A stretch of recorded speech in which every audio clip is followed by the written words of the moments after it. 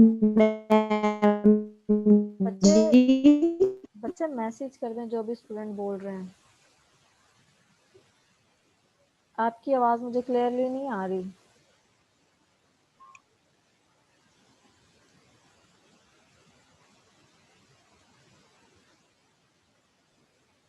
किस स्टूडेंट का इशू है, क्या कहना चाह रहे हैं?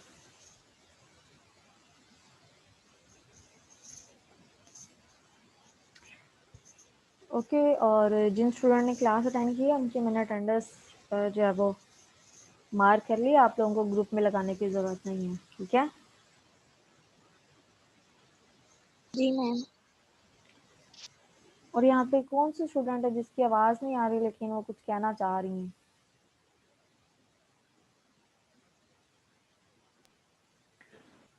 ये आप लोगों की जब नेक्स्ट क्लास होगी तो उसमें आपको वीडियो से रिलेटेड जो है वो मैं आपको दिखाऊंगी। इससे डायसेक्शन आप लोगों की क्लियरेंस हो जाएगी।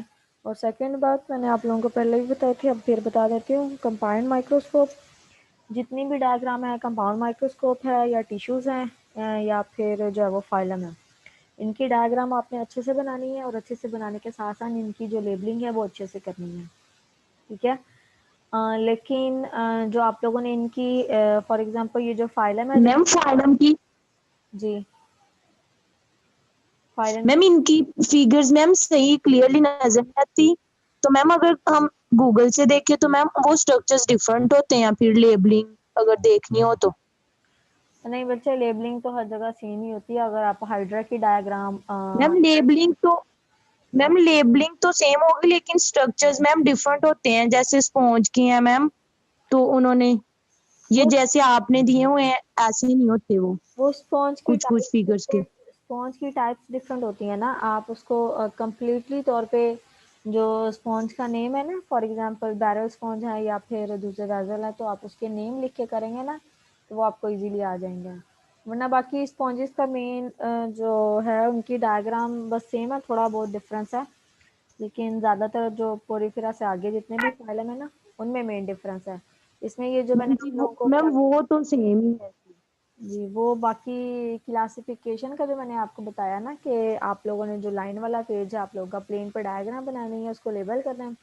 और प्लेन पेज पे आपने उसकी जितनी भी क्लासिफिकेशन है, फाइलम, क्लास, ऑर्डर, फैमिली, उसके अलावा ये लिखने के बाद जब आप जीनस का नेम और स्पीशी का नेम सबसे एंड पे लिखते हैं ना, लिखने के बाद फिर उसके आपने नीचे जर्नल करेक्टर्स की हेडिंग दे के फिर आपने सिमेट्री जो है वो उसको मार्कर से लिख के फिर आगे वो कॉलन लगा के फिर आपने बताना कि इसमें रेडियल है या बायलैटरल।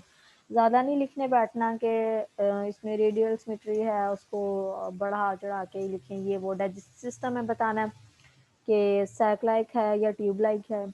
उसके बाद ये नहीं बताना वरन या फिर ये भी बता दें कि माउथ इसमें प्रेजेंट है, एनस नहीं है, तो ये भी बता सकते हैं। उसके साथ जो आप एक्सक्रीटरी सिस्टम है या फिर रिप्रोडक्टिव सिस्टम है, एसेक्सुअल और सेक्सुअल किस तरह से होती है, और उसके अलावा एक्सक्रीशन में कौन से जो सेल्स हैं वो इन्वॉल्व हैं। तो ये आप लोगों ने बेसिकली जब आपको मैम ने करवाए होंगे तो उसमें आपको पता होगा। और इसमें ये जो ट्रिप्लोब्लास्टिक ऑर्गेनाइजेशन है, ये डिप्लोब्लास्टिक है। डिप्लोब्लास्टिक तो सिर्फ एक निडेरियंस में है। उसके अलावा जब ट्रिप्लोब्लास्टिक की बात करते हैं तो उसमें सिलोम की जो है कौन से एसिलोमेट्स हैं, कौन से सूडोसिलोमेट्स हैं और कौन से जो है वो सिलोमेट्स हैं, ठीक है? उसके बाद शिजोसिलस और एट्रोसिलस, ये आप लोगों ने उसकी जो बेसिक करेक्टर है ना, जो जनरल करेक्टर्स आ जाते हैं जब स्पीशी की क्लासिफिकेशन ऊपर लिख देते हैं आप 5-6 लाइनों की, उसके बाद नीचे फिर आप स्पीशी का जब नाम मेंशन हो जाता है फिर आपने नीचे उसके जनरल करेक्टर्स की हेडिंग देनी है। सारे नहीं लिखने, ये मैंने आपको इसमें मेन बताए हैं। इसमें एक सिमेट्री है वो लिखनी है, ऑर्गेनाइजेशन है, ट्रिप्लोब्लास्टिक है, डिप्लोब्लास्टिक, और उसके बाद सिलोम है वो लाजमी लिखना है। बाकी इनमें से सिस्टम जो है वो डाइजेस्टिव है, नर्वस है, उसमें से कोई आप 2-3 लिखते हैं जो आपको इजीली जो है वो पता हो, ठीक है? बाकी एक पेज पे ही करनी है क्लासिफिकेशन, और शुरू के लाइन से लेके एंड की लाइन तक नहीं ख़त्म करना कि सारे ही लिखने हैं, लेकिन मेन लिखने हैं। लिखा हुआ भी अच्छा लगे, ऐसे ना लगे कि जैसे सब कुछ इकट्ठा किया हुआ इसी पेज पे, इसके अलावा आगे पेज पे कुछ भी नहीं है, ठीक है? समझ आ रही है? जी मैम जी। अक्सर स्टूडेंट की मिस्टेक होती है तो इसलिए मैं आप लोगों को कह रही हूँ।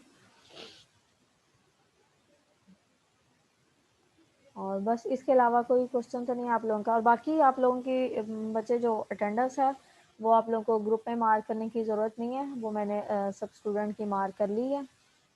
मैम अब मार्क कर ली, मेरी क्लास लेफ्ट हुई थी। जी मैंने सबकी तब भी मार्क कर ली थी और मैं- मैंने अब भी मार्क कर ली है।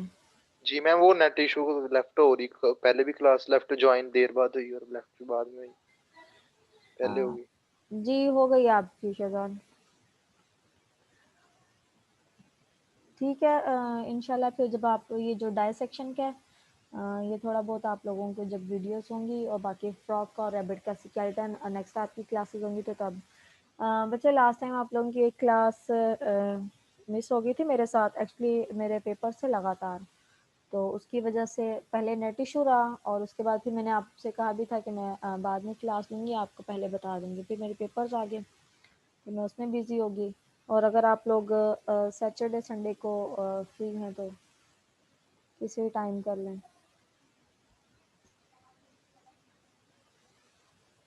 कोई इशू? नो मैम, हमें क्या, आप जब मर्जी करें। ओके। और सेकंड बात, अगर आप स्टूडेंट में से ये जितना भी हमने पढ़ लिया है टिश्यूज़ का भी, फाइलम का तो खैर आप लोगों को इतनी मुश्किल नहीं होगी क्योंकि ये आप लोगों ने डबल ट्रिपल दफ़ा कर लिए होंगे, लेकिन इसमें मेन बात ये है कि इसमें आप लोगों ने प्रैक्टिकल नोटबुक पे इतना लिखना नहीं है, लेकिन याद आपने सारा करना है।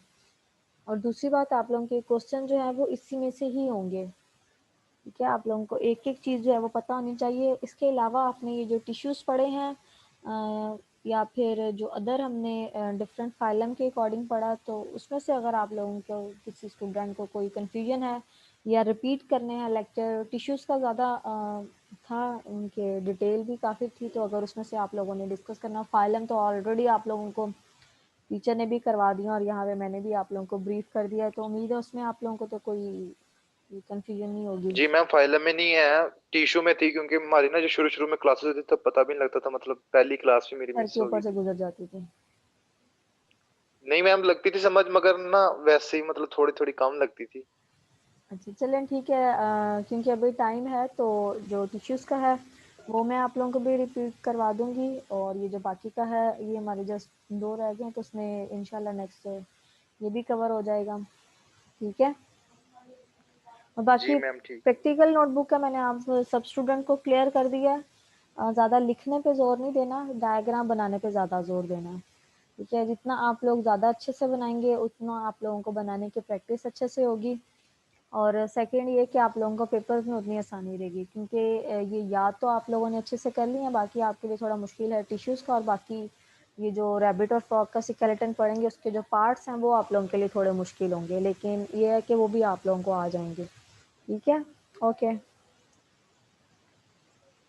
एक सेकेंड में जैसे आप लोगों की जो बाद में भी स्टूडेंट्स आए उनकी अटेंडेंस मार्क कर लो।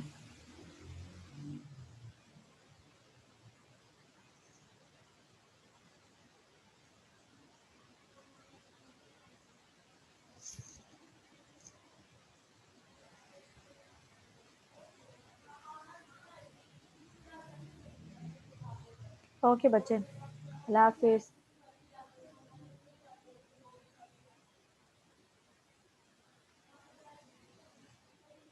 अल्लाह हाफिज़ मैम।